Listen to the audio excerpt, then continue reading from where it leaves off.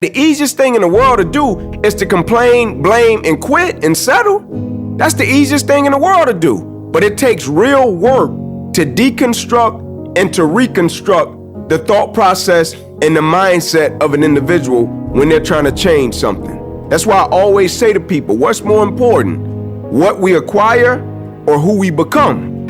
Put God first in everything you do. Everything that you think you see in me, everything that I've accomplished, everything that you think I have, and I have a few things, everything that I have is by the grace of God. Understand that. It's a gift. Everybody says discipline is so important, but they never want to tell you why. I'll tell you why discipline is so important. It's the strongest form of self-love. It's ignoring something you want right now for something better later on. Discipline reveals the commitment you have to your dreams, especially on days where you don't want to.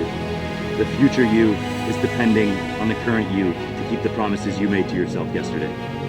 When you feel yourself moving step by step, each hour, each day, toward achieving something that's important to you, you feel positive and happy most of the time. By the way, do you know what unsuccessful people think about most of the time? They think about what they don't want, the things that make them angry or sad, usually past events that they can't change, and they think about who's to blame for all their problems.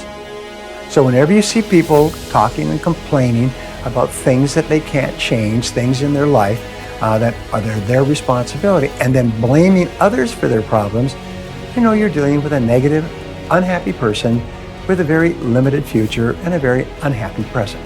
So the way you take control of your mind, like grabbing the wheel of a vehicle, is start to think about what you want and how to get it. Don't complain. Don't talk negative. That's average people talk normal. Average people talk problems. The greats talk solutions. Average people use their time to whine and complain. Average people say it's their boss' fault, it's their mother's fault. I used to be average. I used to say, when is my daddy coming to get me? When is my biological father gonna come in my life? And when I would talk like that, I ended up getting kicked out of school. And while I talk like that, I ended up being homeless. And while I talk like that, I was broke. And then one day I woke up and said, Eric, nobody's coming to save you. Nobody's coming to get you. But you can go to the library and get yourself.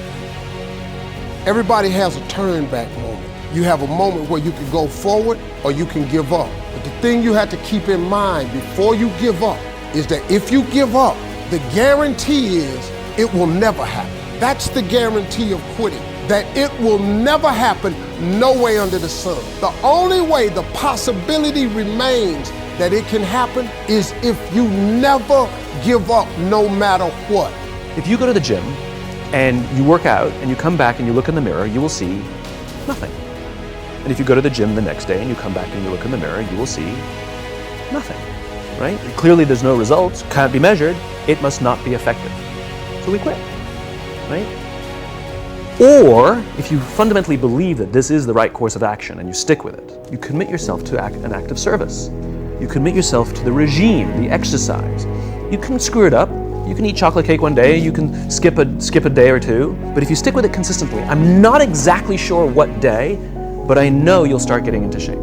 I know it. Going to the gym for 9 hours does not get you into shape. Working out every day for 20 minutes gets you into shape. It's not about the events. It's not about intensity.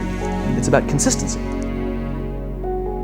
If you believe it, if you really believe that you could be something, if you have that little voice in your head saying, hey, you got talent, you could do this, then follow that voice.